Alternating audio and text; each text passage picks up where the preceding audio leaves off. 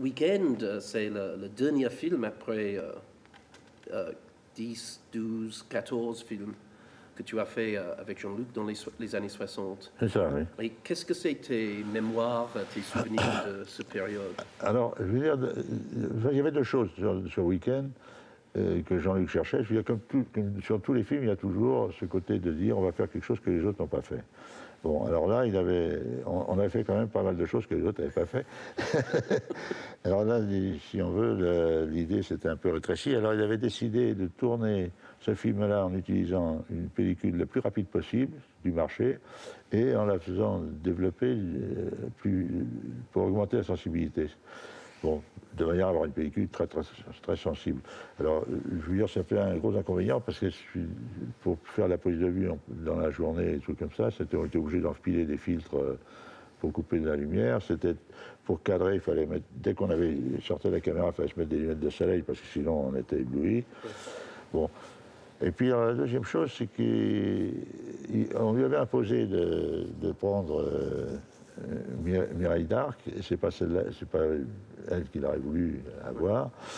Bon, en plus de ça, il n'aimait pas du tout le producteur là, qui était la Comasico, parce que on racontait, enfin c'est Jean-Luc qui m'avait raconté cette histoire, qu'il soi-disant il avait des salles de cinéma en Afrique, et puis il s'était arrangé avec ses collègues qui étaient planteurs, etc.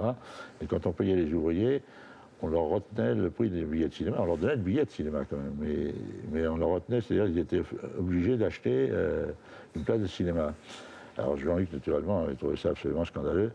Donc, une des idées maîtresses de ce truc-là, indépendamment d'essayer de faire ce que les autres ne faisaient pas dans le cinéma, c'était aussi d'emmerder le producteur.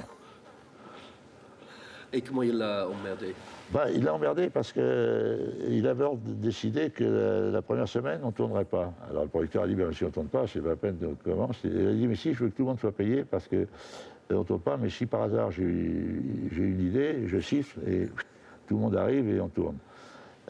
Bon, et puis après, il n'avait pas dit, la deuxième semaine, on fait que 9h midi, c'est-à-dire on ne tourne que le matin. Alors d'ailleurs, ça a été assez drôle parce qu'il y avait son gendre qui était venu...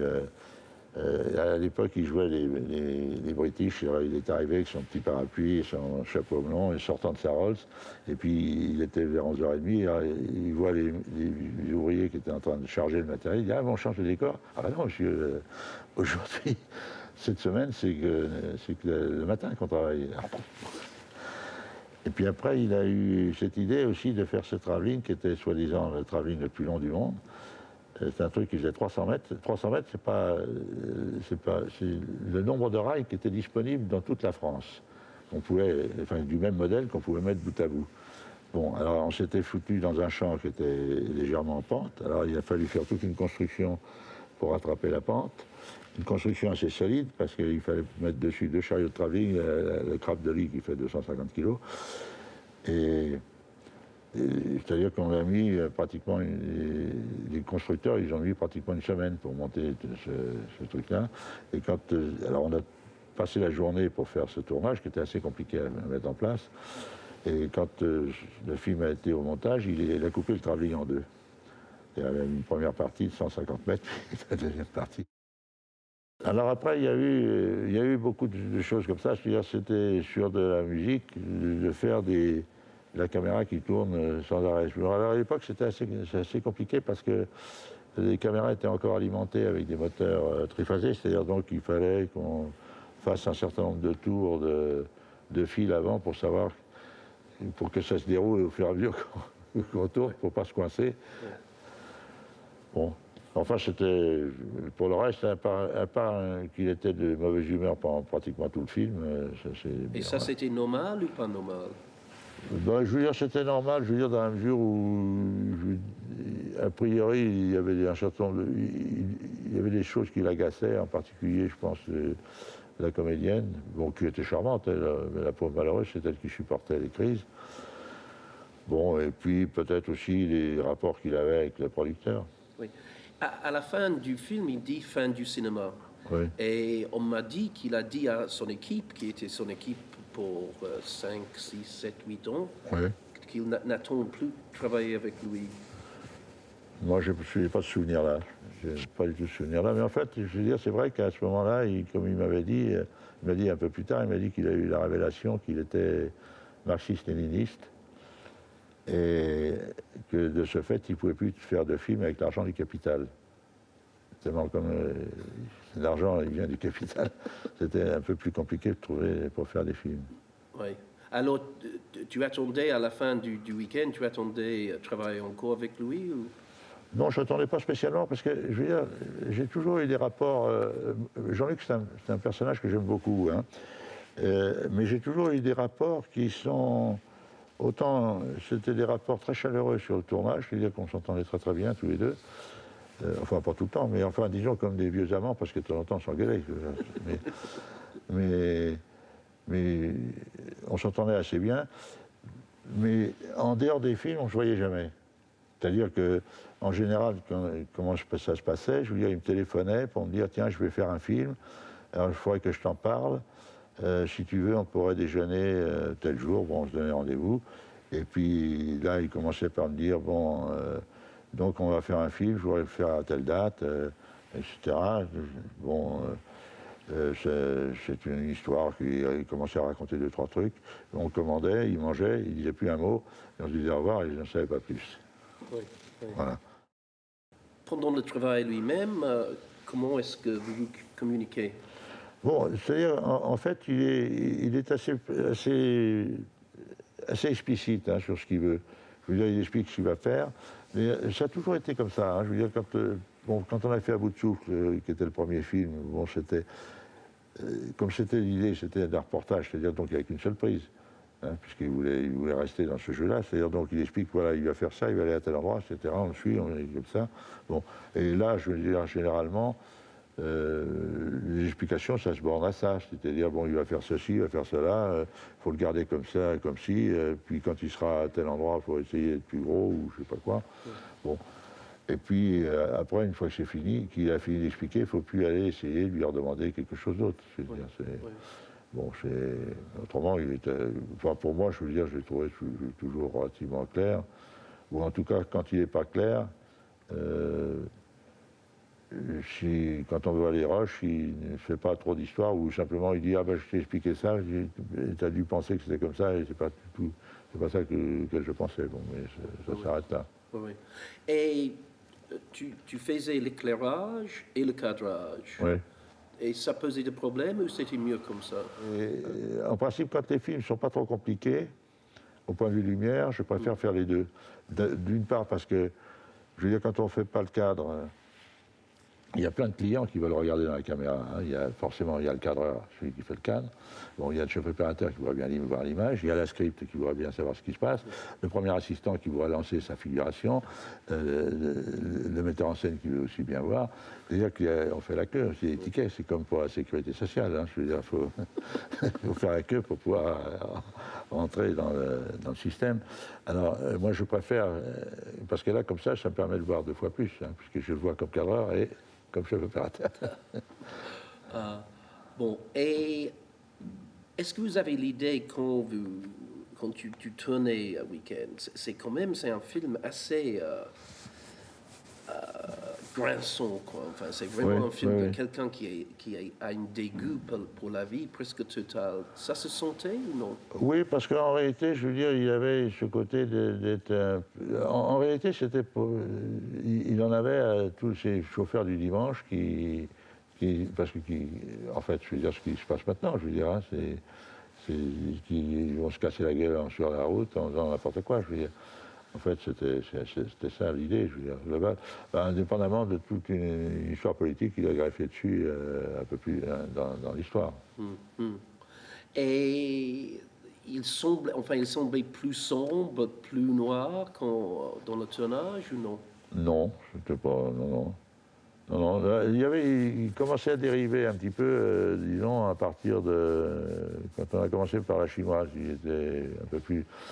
Bon, là, vraisemblablement, il a dû être un peu agacé de la réaction des Chinois à propos de la chinoise. Les Chinois n'ont pas aimé sa chinoise. Oui. Et vous avez dit que Mireille d'Arc, parce que Mireille d'Arc, quand même, c'est un rôle assez bien. Enfin, elle joue Oui. la femme moyenne bourgeoise extrêmement bien. Oui, oui.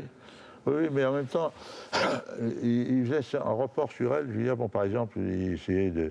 Bon, comme il faisait quand il faisait du stop, il a fait mettre sur le dos, les jambes écartées, pour qu'on voit son cul, et tout ça. Je veux dire, mais ça faisait partie, bon, de ce que les gens auraient pu faire dans la vie pour arrêter une voiture, mais en même temps, ça lui plaisait de l'humilier quand même. Oui. Et ça, c'était normal? Enfin, c'était... Non, mais je veux dire, Jean-Luc, il a fait de temps en temps des transferts comme ça. Je veux dire, un peu plus tard, il aura fait, quand on a joué, quand on a fait pendant Carmen, il a fait la même chose avec la petite hollandaise. Maruška Maruška. Il y a des moments où, je ne sais pas pourquoi, c'est assez curieux parce que je veux dire, c'est un personnage qui, pendant très longtemps, ça y arrivait de faire de faire de la peine à des gens de l'équipe, et il s'excusait toujours. Hein. C'est-à-dire, c'était aux filles à racheter un bouquet de fleurs, ou il leur faisait envoyer des fleurs s'ils ne les envoyaient pas tout de suite. C'était les garçons où il allait leur dire qu'il a eu tort de dire ça, où il faisait un petit mot en disant que j'étais fâché, bon, c'était rien. Bon. Et vers la fin, il n'avait plus rien à foutre de ça. Bon, il avait dit, bah, tant pis, je l'ai dit, tant pis. Oui, oui. Et il était à ce moment-là, quand on tournait Week-end, c'était vraiment un grand vedette du cinéma mondial. Oui, oui, ah, oui, oui, bien sûr, oui. Oui. Oui, oui. Mais il a été très vite, hein, une grande vedette du cinéma mondial, parce que finalement, je veux dire, tous les films qu'il a faits, ça a été... il y a une histoire qu'il m'a racontée, je ne sais pas si elle est vraie, il m'a raconté, mais qui explique que c'était une grande vedette. Je me souviens plus à quelle époque, mais c'était à une époque où il avait fait 3 ou 4 films seulement. Preminger, il l'a contacté, et puis il lui a demandé, il lui a dit, bon, écoutez, on a l'intention de vous confier un film, combien voulez-vous? Qu'est-ce que vous voudriez? Alors il a dit, je ne me rappelle plus le chiffre, hein, mais c'était un truc, disons, donc il a dit 40 millions. Après Preminger a dit, ah, bon, d'accord, écoutez, on va voir, je dirai ça dans une semaine après.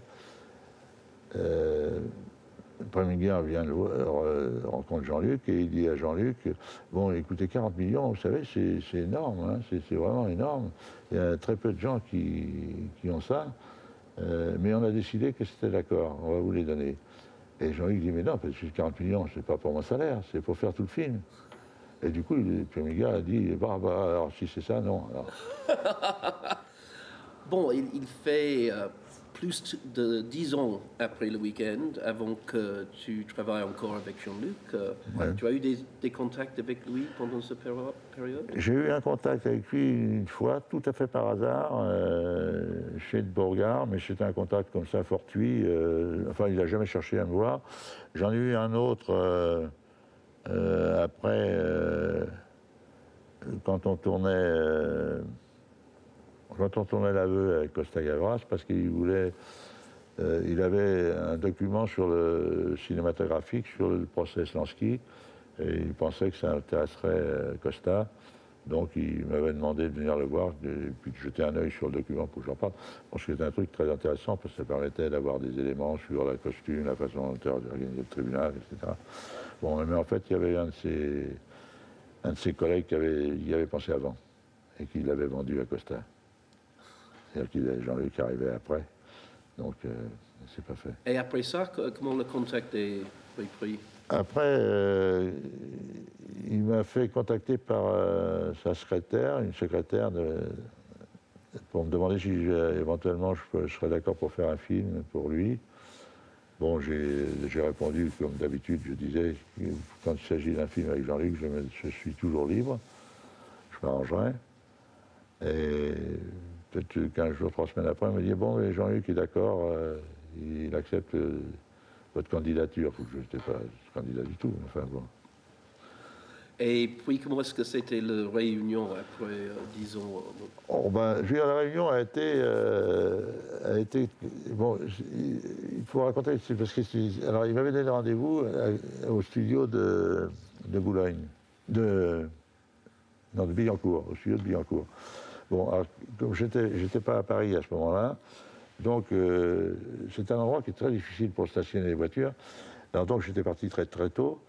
Et puis, comme toujours, quand c'est comme ça, je suis dire, pouf, j'arrive, je trouve une place tout de suite, je me gare. Alors bon, j'étais en avance de à peu près 3/4 d'heure. Je dis, bon, je vais aller au bistrot. Il n'y avait qu'un seul bistrot dans le coin. Et Jean-Luc était là, déjà. Pas rasé, avec les lunettes noires, ce qui est un très mauvais signe. Et il me voit, alors il me tend une main comme une serpillière, toute molle, comme ça, en me disant... ah, bonjour Raoul. Ah, bon, alors on a téléphoné à Steraro. Alors il m'énumère tous les grands chefs opérateurs de la planète. Et il n'y en a aucun qui était libre. Alors il n'y avait plus que toi. Eh ben, je dis, tu vois, ça sert à quelque chose de ne pas partir en vacances. Bon, et puis voilà. Puis finalement, il m'a dit et finalement, on va faire ce film-là, on va prendre 2 opérateurs. Eh ben, je dis, ça, c'est une très très bonne idée. Alors, il y en avait un qui devait faire le studio, c'était moi, et puis un opérateur suisse devait faire tous les extérieurs. Bon. Mais pourquoi pas? Oui. Mais c'est pas passé comme ça. Mais ça, c'est une autre histoire. C'est une autre histoire, c'est sur un autre film.